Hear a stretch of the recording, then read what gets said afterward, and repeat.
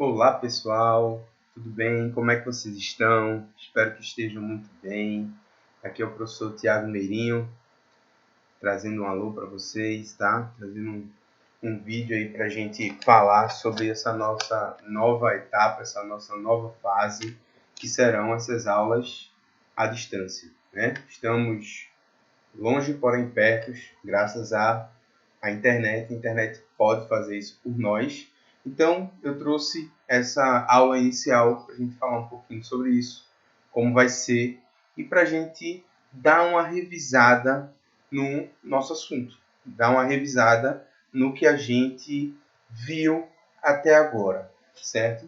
Então, a primeira coisa que a gente viu no começo do ano foram as categorias geográficas, ou seja, aquelas 5 categorias que a gente estudou no começo do ano, que eu repeti várias vezes para a gente lembrar, que foi o espaço geográfico, paisagem, região, território e lugar. Essas 5 categorias da geografia são os conceitos iniciais, os preceitos muito importantes para a gente entender, para a gente começar a compreender o próprio estudo geográfico.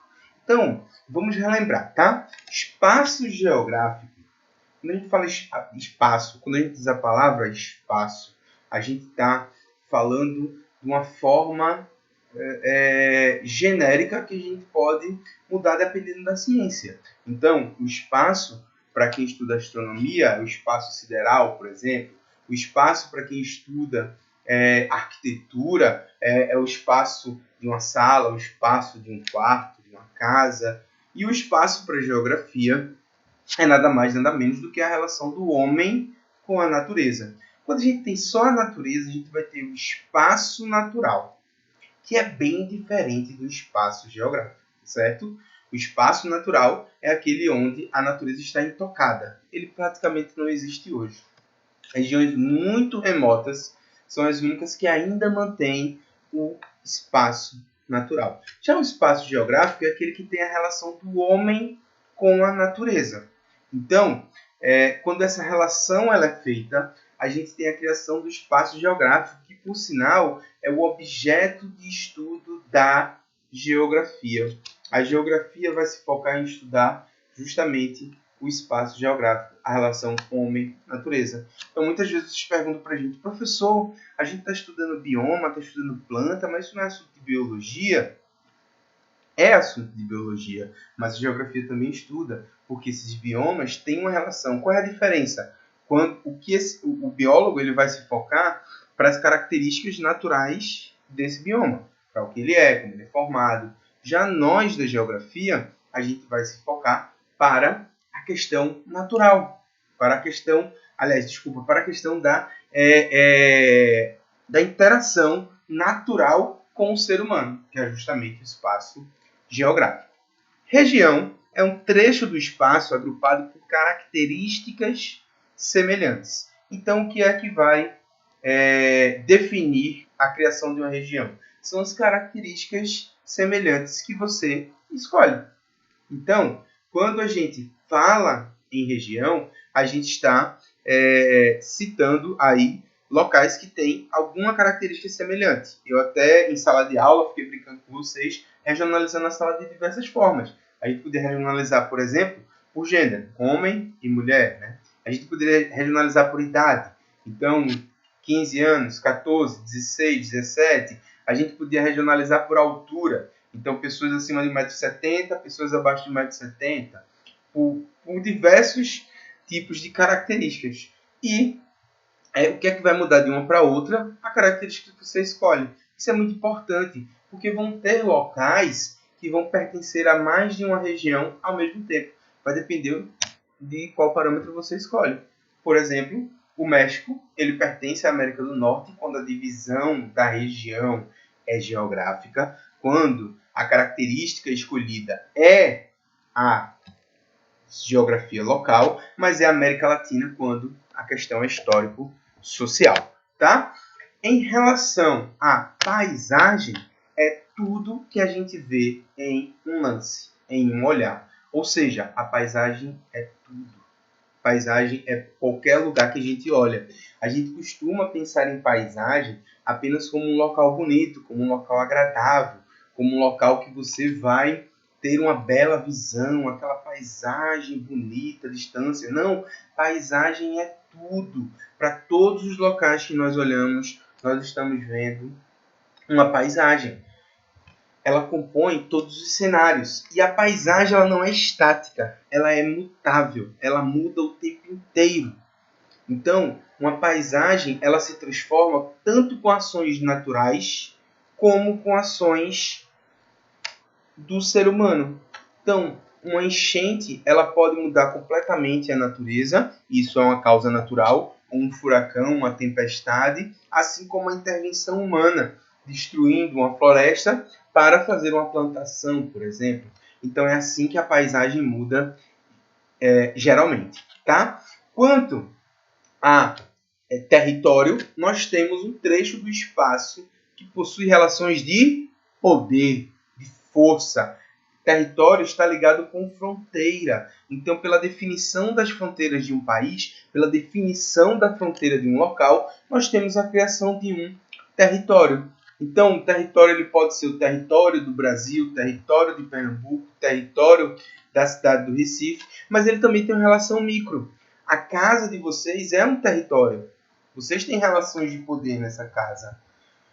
Todo um estabelecimento que tem um domínio de poder sobre aquela área é um território. E a gente tem uma coisa fantástica chamada territorialidade.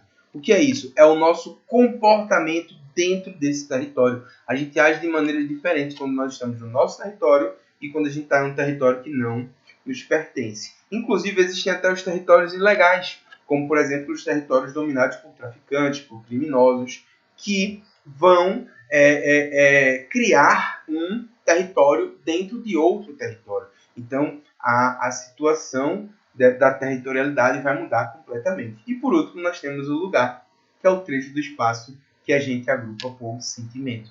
Trecho do espaço que tem relações de sentimento, de carinho, relações de afeto. Então, a nossa casa, ao mesmo tempo que é um território, muitas vezes ela também é um lugar que a gente tem aquele sentimento, a gente tem aquele carinho. Então, uma praça, a praia, né?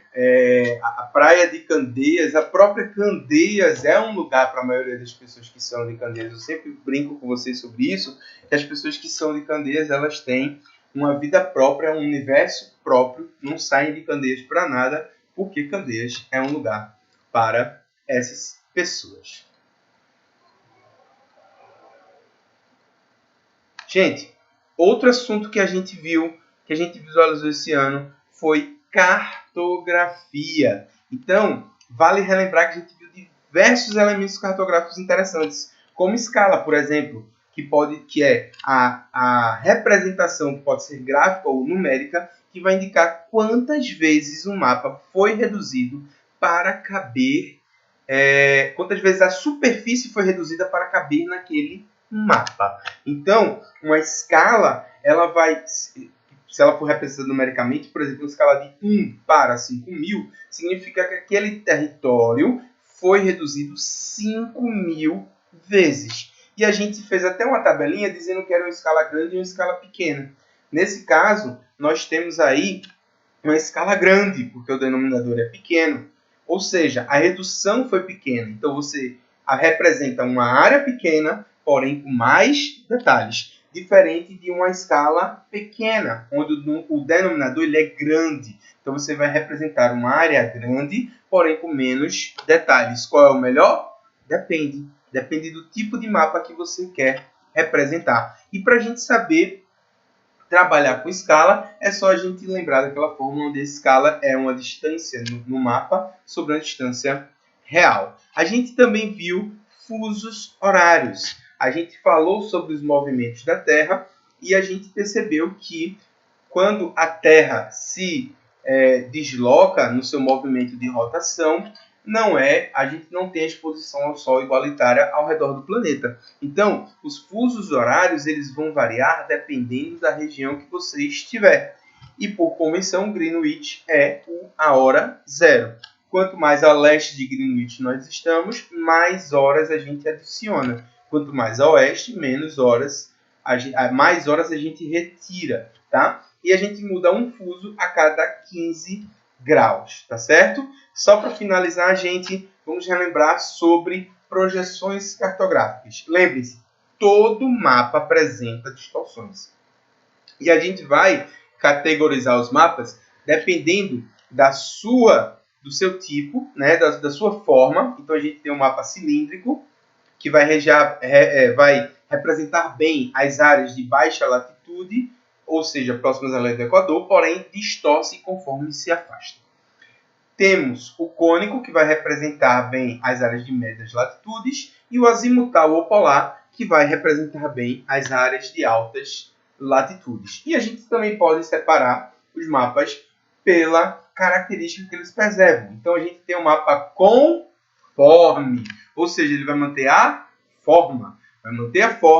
Vai distorcer as áreas. É aquela famosa projeção do Mercator, onde a Groenlândia fica gigantesca em relação, por exemplo, ao Brasil. Nós temos também o mapa equidistante, ou seja, vai manter as distâncias. Então, ele vai ter formas e áreas diferentes, mas ele vai ter a mesma distância entre os locais. E, por fim, nós temos os mapas equivalentes. Equivalentes de quê? Equivalentes de área, certo? Então, gente, esse foi um recadinho para a gente revisar. Nós vamos começar conteúdo novo sobre a geologia e a geomorfologia. Então, a gente vai entrar bem pesado agora na geografia física, tá? Vamos vivenciar esse momento mais. Eu tenho certeza que a adaptação de vocês vai ser muito rápida, muito fácil. Vamos estar juntos, tá certo? Eu vou anexar junto com essa videoaula de revisão um exercíciozinho para vocês voltarem à ativa, para vocês praticarem, e em breve nos veremos novamente, tá, gente? Um beijo do gordo e espero ver vocês muito em breve.